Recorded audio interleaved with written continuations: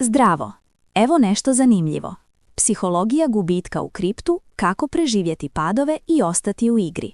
Posjetite nas na Kriptoentuzijasti za najnovije vijesti i edukaciju o kriptovalutama.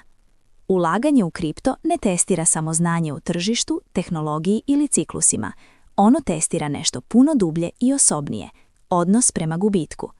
Gotovo svaki ulagač zna kako izgleda euforija kada cijena raste, ali malo tko je stvarno spreman na psihološki teret padova. Upravo u tim trenucima, kada tržište ide protiv očekivanja, donose se odluke koje dugoročno određuju hoće li netko ostati u igri ili trajno odustati.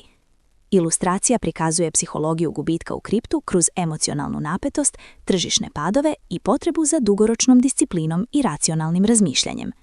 Psihologija gubitka u kriptu tema je o kojoj se rijetko govori otvoreno.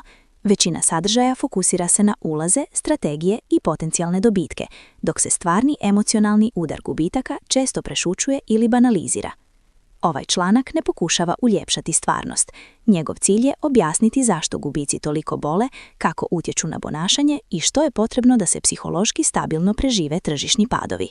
Gubitak nije iznimka, on je sastavni dio ulaganja. Prva i najvažnija stvar koju... Hvala što ste gledali. Pretplatite se za više sadržaja.